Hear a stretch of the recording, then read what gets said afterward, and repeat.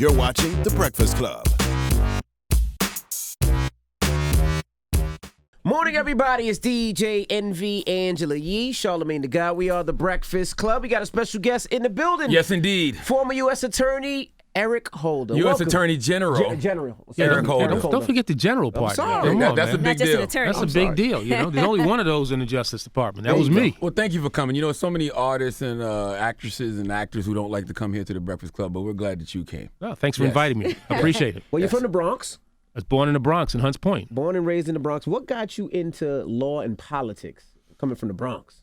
You know, it's interesting. I'm not quite sure. It's just one of those things that kind of happened. You know, I graduated from college and I was trying to figure out what I was going to do, and I ended up in law school because I thought people told me you can do a lot of things with a law degree. I wasn't sure I wanted to be a lawyer, but after I guess like my first year, I really became interested in criminal law, and that's what kind of put me on the path. You never wanted to be a rapper coming from the Bronx? A break dancer? There was no rapping when I was growing up, DJ? Maybe a man. little graffiti, a little vandalism, maybe? I mean, I might have wanted to be one of the Temptations. That might have been where I was. Oh, gotcha. You know, I'm a little Oh, older you're a little older than you, than man. rap. I'm a little Yeah, older yeah, than What you, attracted you you know? to criminal law? Huh? Why criminal law?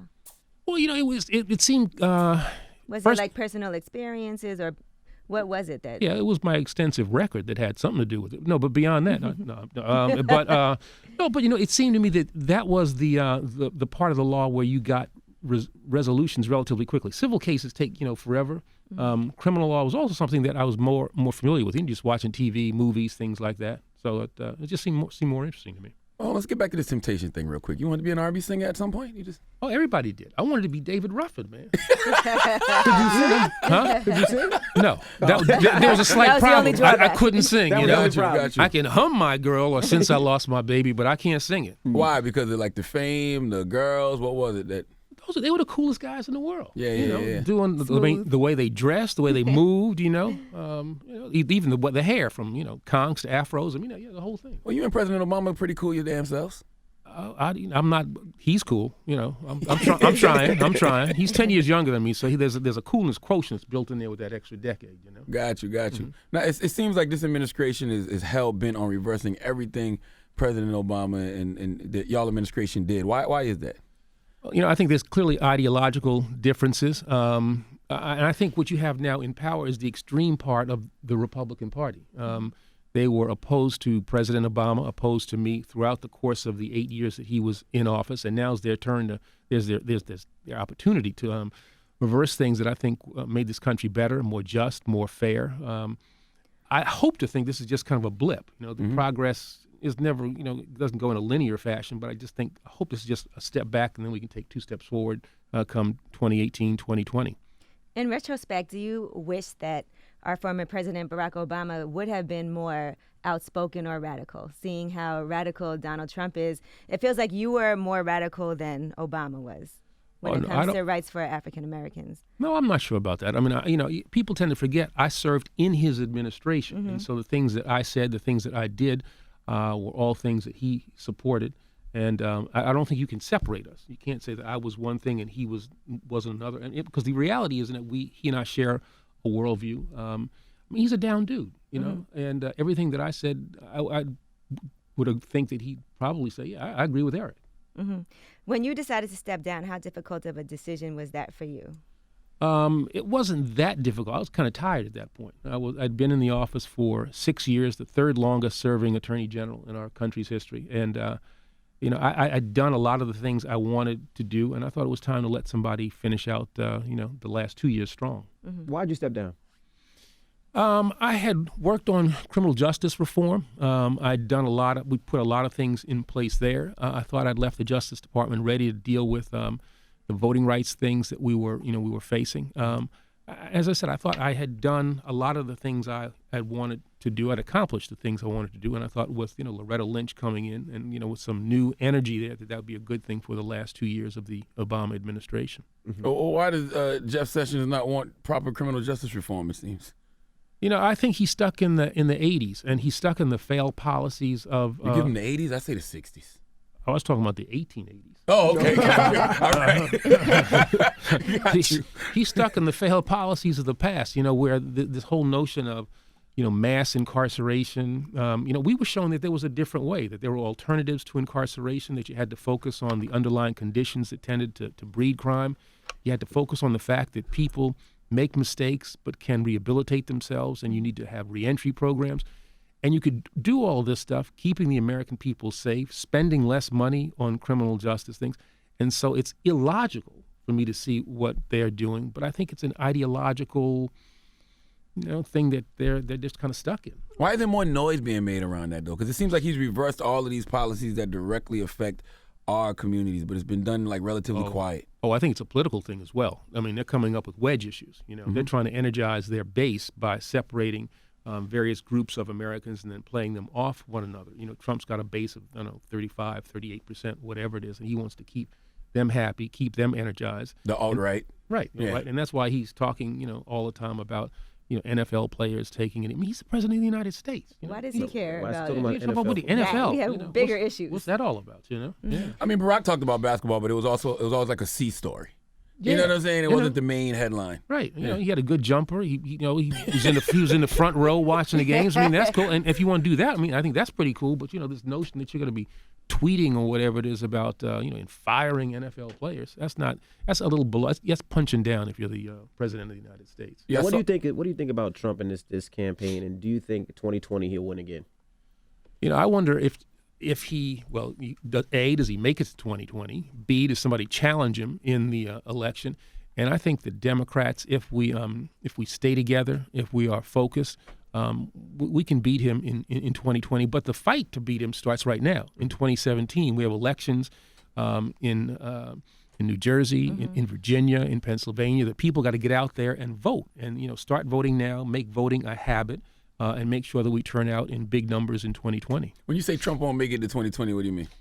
Well, I mean, I think the possibility is very real that, something's going to happen with the investigation that Bob Mueller is doing. And so the possibility exists that maybe charges are brought, but he's potentially impeached. I mean, who knows? Or maybe he'll step down before he gets impeached. I don't see that. I mean, too much ego. Yeah, my wife's of the view, he doesn't really like the job. She's always saying, I'm thinking, no, this is a guy with a huge ego, and if you got a big ego, what job would you want more than to be president of the United States? You got the biggest plane, you got the Secret Service, you got the military. You might possibly run for office, maybe some that's possible. Political office. Yeah, it's possible, yeah. Like how possible? I like this. Is this something that's already brewing? No, I mean, I'm focused at this point on, this National Democratic Redistricting Committee that we are, that we're working on. We're trying to deal with this whole problem of gerrymandering, racial gerrymandering, partisan gerrymandering. And so I'm focused on that. And if you want to learn about that, I'd urge you to go to, our website. But once we get past that, once we get past the 2018 elections and the 2017 elections, I want to tell everybody out there, New Jersey, Virginia, Pennsylvania, there are things that you got to do, which is vote that first Tuesday in November. But I'll decide in the future, what it is I might want to do. What will it take? What will push you over the edge? First I've got to convince my wife this is something that we're going to do. Always got to run it past the wife. Always got to happy wife, happy life. Exactly right. She doesn't want you to run? I think she's pretty much through with public life, but we'll see. We'll see. I think you got that twinkle in your eye. You twinkle? Yeah. I think that might be fatigue, man. What about this I'm a night person. This is early for me, I think it'd be perfect because you're from the environment. You're from the community. So you see what people don't see. Like you're talking Jeff Sessions and some of the bills that he's turning. He's never seen. He's not from there and seen criminal activity and people change. He doesn't see that. Yeah. But you have. I think that's right. I grew up in Queens, in East Elmhurst, right near LaGuardia Airport. All right, now pick a borough now. You can't be from the Bronx. I was born in the Bronx, spent some time in Harlem, 147th and 8th, and then my family moved out to the suburbs of Queens. Got you. I was like, you was moving on up. Moving on up to Queens, right. man, And yeah, I had guys who I grew up with who ended up with substance abuse problems, issues with the criminal justice system. Were good guys, These are the guys I grew up with, and I saw what they went through, and I see where they are now. And I've always believed in, the redemptive quality that people have and that society has to have, Yeah, why isn't prison treated more like a correctional facility? Like, let people go there and learn a trade. Let them get their degrees. Like, like let them come out better than they went in. I mean, that's exactly right. The problem with our system now is that we warehouse people, forget them. and then take them out, don't deal with the deficits that they might have, and then put them right back in the environment from which they came and expect a different result, which makes no sense. I saw you say that the path Jeff Sessions is on is running the risk of starting a new drug war, and his policies don't effectively fight crime. Can you expound on that a little bit? Yeah, I mean, we looked at what happened in the 80s and the 90s, where we arrested huge numbers of people, gave them sentences, I think, disproportionate to the conduct that they engaged in. I mean, we have 5% of the world's population, and 25% of the people in the whole world who are in jail here in the United States of America. We spend about $80 billion a year on our correction system. And there's just a better way. I mean, we have seen now that we can come up with ways in which we can prevent people from getting involved in the criminal justice system. Those who do end up in facilities need to be given the opportunity to deal with educational problems that they might have. And then we need to come up with reentry programs so that people can have skills once they get out, once they return home. Sessions isn't about that. I mean, I think he's really just all about doing it the old way. These kind of dragnet things. And Slavery. There's an element of that. I mean, it's modern day indentured servitude. Maybe I won't call it slavery, but it's not cool. Gotcha. Do you think that they've done anything? Somebody go get Mr. Eric Holder some tissue, please. You hear the man sniffling? Yeah. Jesus Christ. We don't want the people to think the next president might have a coke habit. Like, Do you think Trump has done anything, or Jeff Sessions, anything positive at all? Anything that you could say, oh, at least that was good? Whoa. I'd be hard pressed. I mean, I think I'm a pretty fair-minded guy, right? But I think I'd be hard pressed to come up with something that they've done well. Sheesh. I mean, I'm serious. I'm here really trying to be responsive and fair to your question. I'm not really coming up with much of anything. I mean, I think they put at risk, some of our big alliances dealing with issues that. Like climate change, the Iran nuclear deal, where they've kind of blown those up. I just don't see it. His only agenda, it seems, is to reverse everything that President Barack Obama has done. Like it doesn't seem like he has his own agenda. His agenda is just reverse everything that the previous administration did. Yeah, I don't. There's something strange going on there. I mean, everything that he sees that has Barack Obama's name on it, I think he sees as negative and something. Yeah, and he wants to take it down. And So, but that doesn't mean we have to take that. By voting, by protesting, by staying active, that means that we can be an active and effective opposition to the things that they're trying to do. Now, you've seen Donald Trump attack Jeff Sessions in the media. You say it's unprecedented for a president to do that to an attorney general. Yeah, I mean, think about that. The attorney general is being attacked by the president of the United States. Barack Obama and I now were friends, and we're maybe closer than you'd expect an attorney general and a president to be, though, there was an appropriate separation that we had. But I've never seen a president attack an attorney general, have that reported about in the way that Trump supposedly attacked Jeff Sessions. I've never read about anything like that. So when you and President Obama had problems, what y'all do? Play a little one-on-one, a little arm wrestling? What y'all do? Basketball? What y'all do to... We didn't have that many problems, and to the extent that we did, he's reserved. He said there's a couple things we need to talk about once we both get out of office. So I don't even really know what they might be. But I think you looked at Michelle a little too long or something. No. Whoa. That sounds like a fade right there. No. A couple things we need to talk about once we get out. No. We were talking about policy now. Our wives are extremely close. Close. Don't start no trouble now. Man. Come on now. Listen, that sounds like fighting words. There's a couple things we need to talk about. Now, what about this television show? That you're doing. This is a go based on. Well, I don't know the total process, but we have interest from CBS and from the studio and all that stuff, and working on the pilot. And I guess it has to get picked up all along the way. But it's called Main Justice, and it's about a 35, 36-year-old African-American attorney general whose name is Miles Blair. So now, hold on. Now, you about to be executive producing TV shows? Yeah, man. So you're going to combine the best of both worlds for the last two presidents? I'm a multimedia kind of guy. Yeah. So it's a scripted show? Yeah. Well, go ahead, Eric. Hold it with your bad self. Who knew? I didn't know. You always wanted to get into TV and stuff? No. This is something new. This is just somebody approached me with the idea and said they had an idea for a show about an African-American attorney general. And I was kind of a logical person. Yeah, it's only been one. Come ask about it, And so I said, yes. I've been out to California, met with Jerry Bruckheimer, Les Moonves, who's the head of CBS. It's been pretty cool. Now, don't get lost in the entertainment world now, because we might need you for 2020. There's a lot of Bentleys out there, man. I'm a car guy. That was pretty cool. That was pretty cool. That was pretty cool. What's your favorite car? I'm just curious. Huh? What's your favorite car? Right now, I got an Acura NSX. It's bad, man. Really, the new one? It's a bad ride. See, I like him already. Don't mess with me. They Don't let you mess drive with by me. yourself? Now. Okay, before you couldn't. But you probably got people tailing you and stuff, though. Yeah, I still have some people. I still got a small entourage. So you got an Instagram? No. Oh, actually I do. I don't use it that much, but I do. Yeah, I do have one. Do you secretly follow rappers on Instagram and admire their cars? No. I'm on YouTube. That's where I usually look and see who's driving what. Got you. Michael B. Jordan's got an NSX. He got a white one. Mine's black. Got you. Go ahead, Eric Holden. Now, and I read something on USA Today once, and they called your police shooting record dismal. Why weren't you tougher on police shootings?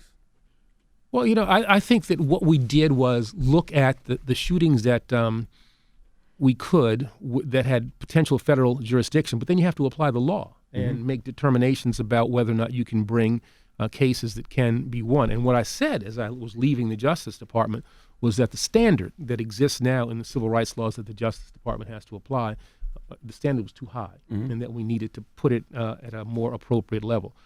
I don't think that's going to happen in this administration. Do you think that America could be tougher on police shootings?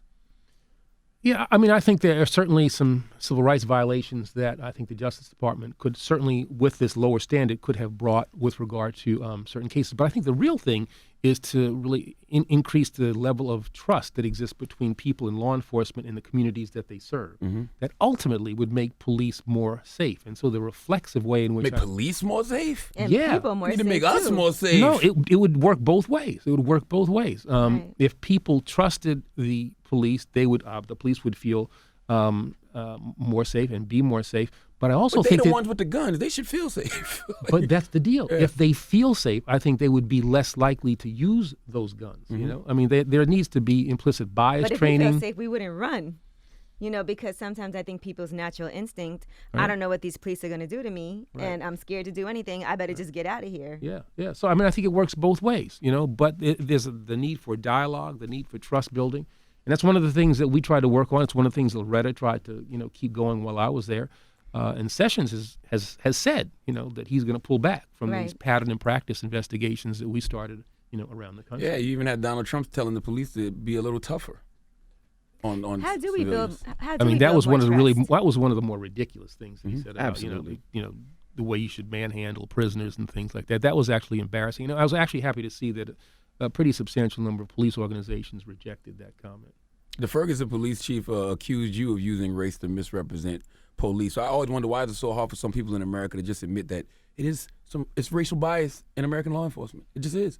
Yeah, I mean, but there's racial things we have to work through in law enforcement. But I also think it's in some ways unfair to think that it only exists there or that the criminal justice system exists outside, the larger society. There are still racial issues that we as a nation have to work through. And if that's true of us as a nation, as a society, then of course you're going to find it in the criminal justice system as well. What did you think of Trump's, I think, disrespecting the widow of the fallen soldier? Here's some softer tissue for you too, sir. This one's fine. I'm doing good with it. And they give you that hard hand towel. You know what I'm saying? You don't want to walk around with a red I'm nose. a hard guy from New York, man. Okay, just make it show. What do you think about Trump and what he said that they signed up for it? It didn't seem compassionate at all.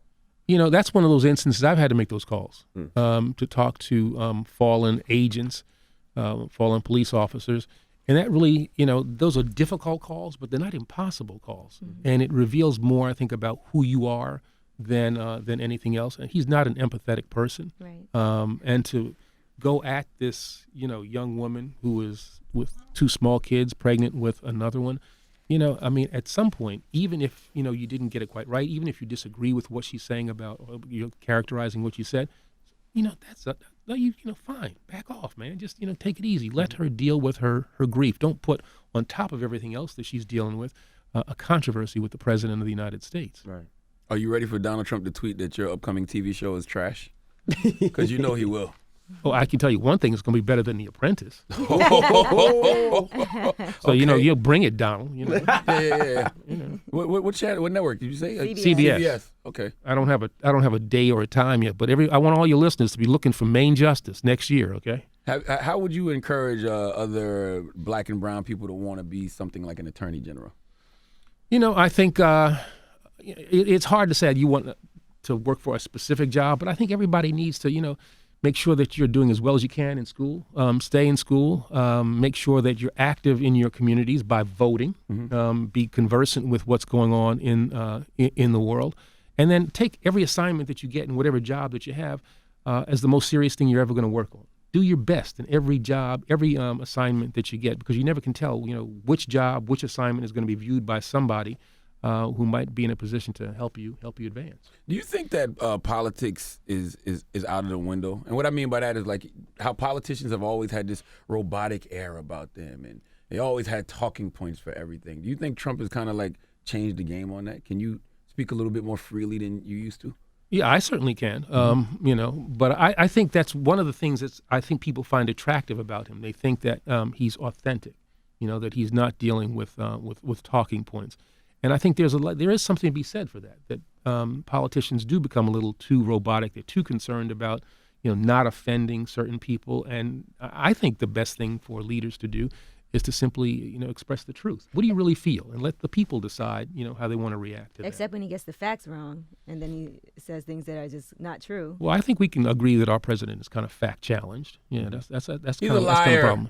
Mr. Holder, it's that's, okay. That's one way of putting it. Yeah. He's a liar. It's okay. Yeah, he's not tied to the facts all the time. And you mentioned that he caters to his base, so he caters to those alt-right, white supremacist guys. How hard is it for a black president, you would know, to cater strictly to black people? How hard would that be? You can't do that. I mean, that wouldn't be an appropriate thing to do. Barack Obama was an African-American president, but he was the president of the United States of America. And so there are going to be certain sensitivities, sensibilities that he'll bring to the job that his white predecessors did not. But he had to be president for all the people, and I think he was president for all the people. I think history is going to be really kind to Barack Obama and that administration. Oh, I mean, well, first of all, Barack has to be one of the most perfect human beings ever to walk the face of the earth. That would be right. To be a black man in the White House, not have one scandal, like not zero. I saw something that said he's the only president in the last, 6, 7, 8, 9, whatever it was, that didn't have any kind of special prosecutor or any kind of investigation of him. He's a pretty good ball player. He knows. Oh, I mean, this guy, you talk about he's the perfect guy. He's a pretty good ball player. He knows all kinds of music. He can sing. He's reading everything. He's watching all the junk TV. I wonder, when the dude sleeps. I mean, he's you want to talk to him at virtually any level, and he can hang. But a lot of black people do feel like he didn't do enough for African Americans when he was in office. I think that's really unfair. I mean, I think if you look at the things we did at the Justice Department, the reforms that we put in place, and as you said, are in the process of being undone, the way in which we tried to vote. I tried to protect the right to vote. What he did for the economy, I think, again, you need a little bit of distance. And with years and some examination that history will do, that he'll be found to be a good president for the American people generally and for African Americans specifically. Now, what do you think about people kneeling for the flag? I know we were talking about what the Trump said, but what do you feel about it? Do you think it's disrespectful to the military? What's your opinion on it? I mean, people need to understand what these guys were doing. What they were trying to do was protest law enforcement actions in communities of color. It wasn't about the military. It wasn't about the flag. But athletes have always been leaders in the fight for social justice. Jackie Robinson, Joe Louis, John Carlos, Muhammad Ali. LeBron James. That's one of the reasons I love him. I mean, he's an athlete with a voice, and those guys, those athletes who have the ability to shape things and don't use their voice, those are the people who I don't have as much respect for. I mean, everybody, I think they should all have a picture of Jackie Robinson in their lockers. You got a better headline than LeBron, too. I'm a little jealous. How old are you? 66. Jesus Christ, mine been gone. Yeah, well, Attorney General has to get up out of here. He got to go. All right, but look, I want everybody, New Jersey, Virginia, Pennsylvania, vote. And then look at our website, democraticredistricting.com. Now, what are we voting for? In those states. We got governor races in New Jersey, Okay. governor race in Virginia, and we have a variety of races in Pennsylvania. Among them, the Supreme Court, which really matters. What's the white man whispering about? Must He be said, important. first the white man said he got to go. Now the white man said, let him talk about this. Oh, okay, okay. So you got a little extra time now. As soon as I start talking about the hairline, it must be surgically enhanced. It must not be real. Whoa! Why you got to go there, man? He wants you to talk about I'm more good about West Indian stock, man. Okay, okay. Mount Gay rum. This is what keeps the hair on the head. You know? I don't think Mike Pence likes Mount Gay rum. That would be my guess. That'd be my guess. Yeah, that'd be my guess. right. I would not be shocked to hear that he doesn't like Mount Gay rum. He likes Mount Gay rum. Right. All right, former U.S. Attorney General Eric Holder, we appreciate you for Hey, joining thanks us. for having me, man. I really appreciate it. Get out there and vote, and we look forward to checking your TV show out. And if I see you on the West Side Highway, I'm going to pull up on you. Yeah, you'll see me going by. You won't be pulling up on me. And we're looking for that 2020 bid. If you want to announce it, there's no better place than to announce it here on the Breakfast All Club. right, I promise if I've got an announcement, it'll be here. All right, you That's heard a it. promise now. I promise. All right. All right, there you My have man. it. There you go. My brother. Oh, right, man. shoot, he black for real. Eric Holder, it's the Breakfast Club. Good morning.